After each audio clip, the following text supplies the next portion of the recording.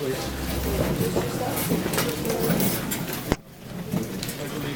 To the flag of the United States of America and to the republic for which it stands, one nation, under God, indivisible, with liberty and justice for all.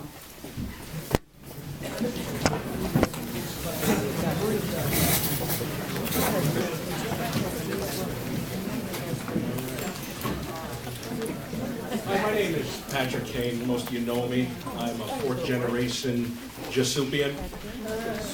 Hey, half Italian. Yeah. Most of you know me as my grandfather was the chief of police here.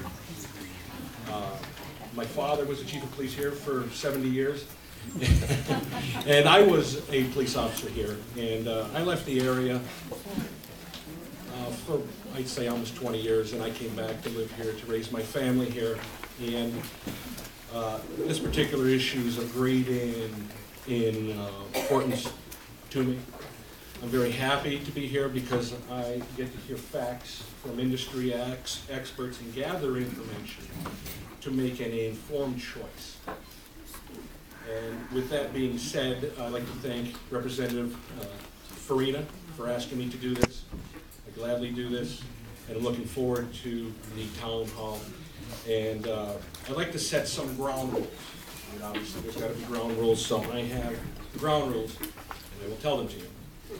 The purpose of a town hall meeting is to get factual information to the residents. People who wish to ask questions provided their name on the way in, and I will call their names according to the list that was provided to me. Please be mindful that your time speaking at the town hall is not for long speeches for or against the proposed project.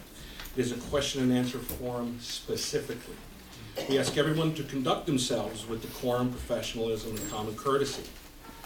Outburst and or disruptive behavior will not be tolerated.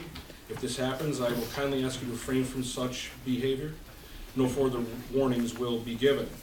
Also, if a question is repetitive of a previous question posed, we will ask you to pose another question. So I would ask you to get another question ready. Each speaker will be given 3 minutes to ask his or her questions to the panel. Time will be kept, and you'll be notified when there's 30 seconds remaining in your time. We may not get to every person wishing to ask a question, as we will end this town hall sharply at 8:30. We will let everybody know when there's 5 minutes left. So I want to thank you for your cooperation and courtesy, and without further ado, I'd like to introduce Representative Frank Farina.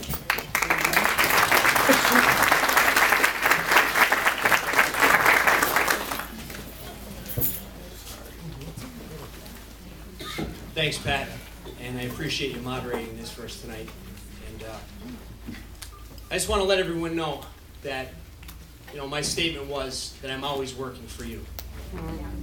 And I say that, and I will continue to say that. And there's a lot here at stake for me, just as well as all of you here. There's a lot at stake, not only as my role as a state representative, but also as a father. So at this time, I'd like to read an opening statement to you. Family is the essence that helps define our very identity. My most important role in life is being a father, husband, family man, and friend. I also have the responsibility of representing the best interest of the 112th District. I would never support something that would be detrimental to the health of my children, 3 children that will be raised here, along with many of yours in our hometown of Jessup. I'm invested in this community. My wife and I built a beautiful home right here in Jessup on the trophy trout section of the Lackawanna River, where my boys and I spend many evenings trout fishing.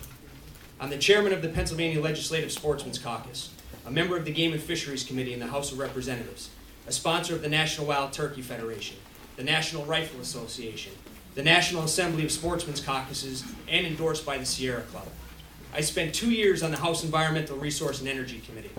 I've discussed similar projects on a daily basis. As a member of the House of Representatives, I have unlimited resources and experts to provide me with factual information pertaining to all aspects of these projects. When a legislator in the Commonwealth of Pennsylvania has a proposed environmental threat in their district, we receive feedback from organizations such as Clean Air Council, Clean Water Action PA, and Penn Future I haven't heard from them, which leads me to believe it isn't a concern. I ran for office to make the community where my children, along with your children, will be raised a better place to live. I don't want to spend the next 20 years raising my children here so they can go off to college, come home, shake my hand, and say, Dad, I'm moving to Georgia because there's no opportunity here. My in-laws moved to Georgia and consistently remind us that we have nothing here, and then turn every opportunity away, which then discourages others from investing in our community.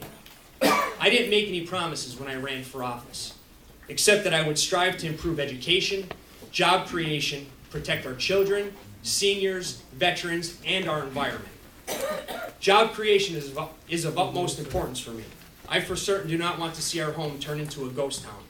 Pennsylvania is dead last in the U.S. Dead last in the U.S. And guess what? Northeast Pennsylvania, we are dead last in the Commonwealth of Pennsylvania. So where does that put us in this nation? Dead last in job creation. I'd like to mention a few things to keep in mind. When I spoke with my colleagues in Harrisburg, a majority of them would love to have this project in their district.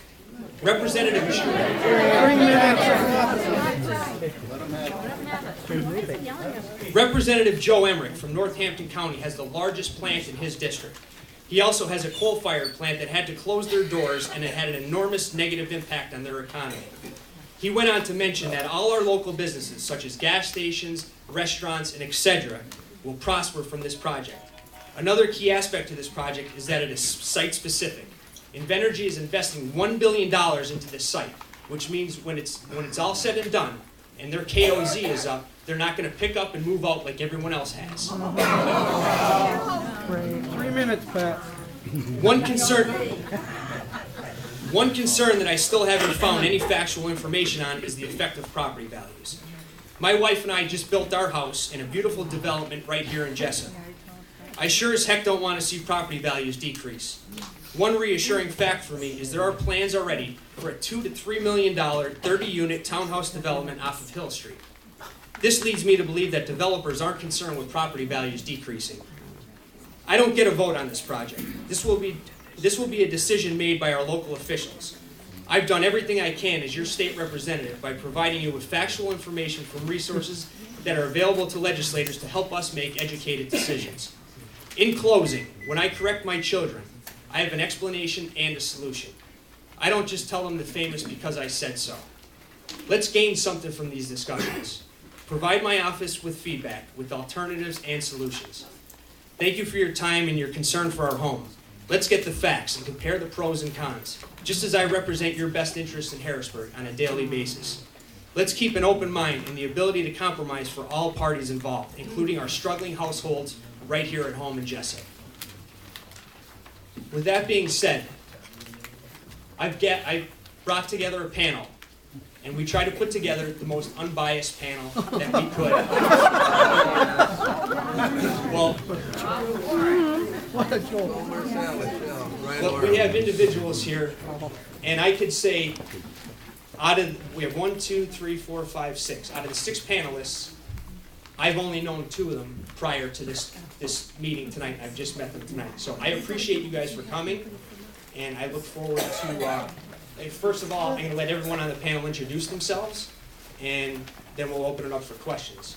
And I can tell you one of the panelists that I do know is Charlie Charlesworth. And the reason why I know him is from sitting on the Environmental Resource and Energy Committee in Harrisburg. And we haven't always been on the same side of issues, have we?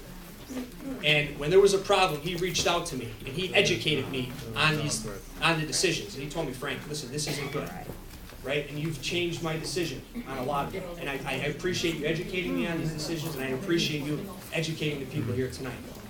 So at this time, I'm going to let the panel introduce themselves.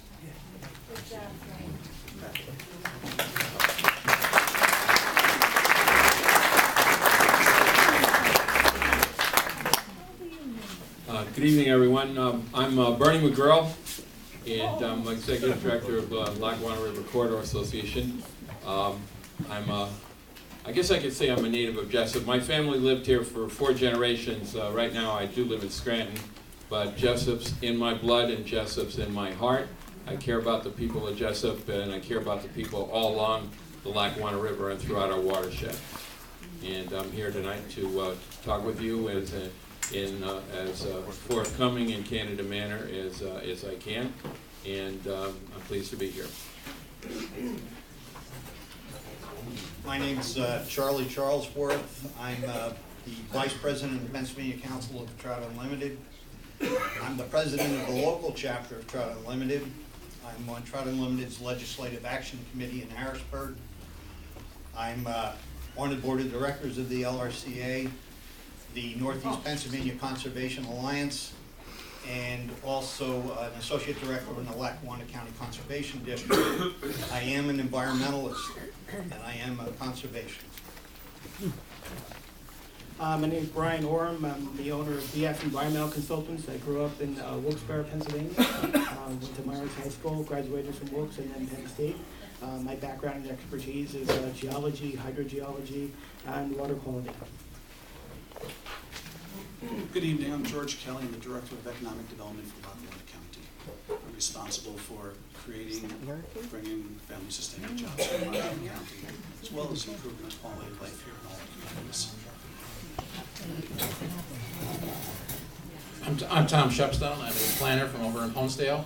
I also have a connection with the natural gas industry, advocate for them, but I do so as a landowner and somebody who has a lease. I'm passionate about the importance of that industry to economic development in our region. And I'm also doing some work with some of your neighboring communities, Dixon City. I'm working with them on helping to try to revive some of their downtown area, and we've done a lot of that kind of activity. And that's one of the things that motivates me to take a look at this project as well. Good evening, I'm Sunita Arora, the owner of ERA. Hi, I'm Sunita Arora, the owner of ERA One Source Realty.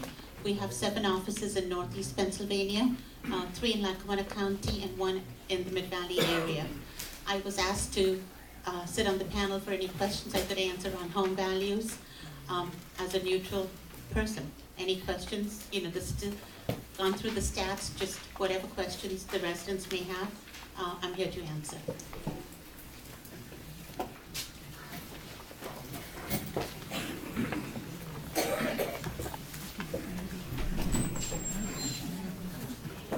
I'm Dan Ewan.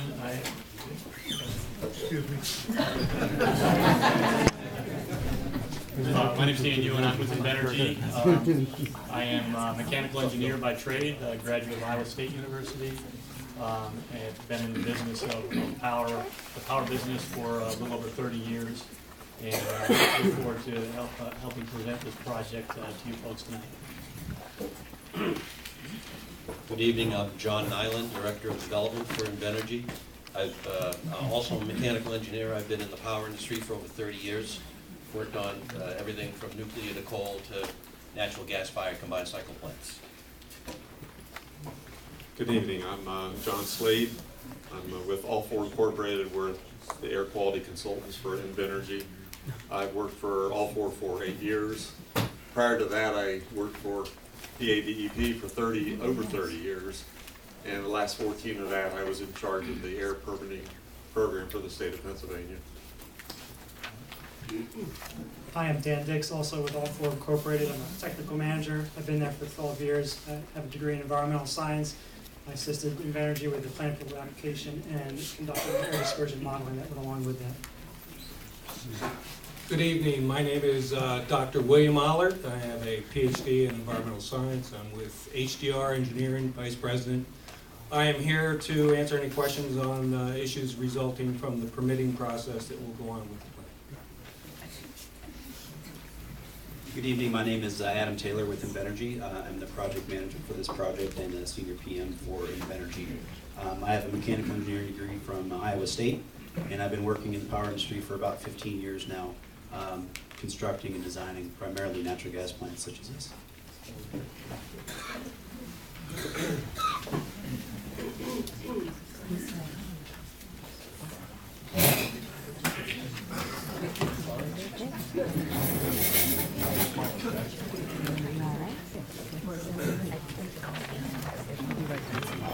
Call the names who had signed up as speaker. There's going to be a short video before. How many times have you seen this video?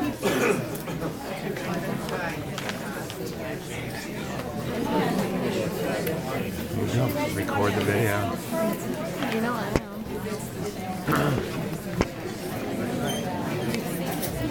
No, I put it there. I'm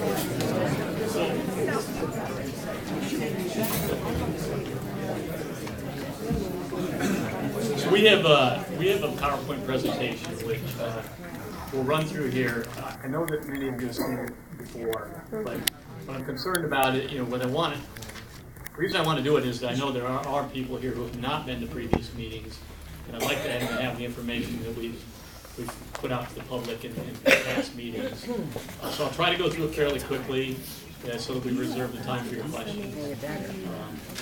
And if Frank or Dave, if you think that it's too much, it's too much information, just wave at me and we'll zip through it.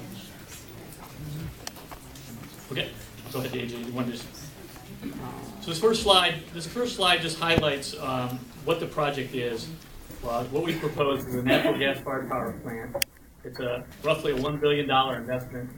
It's what we call combined cycle advanced technology.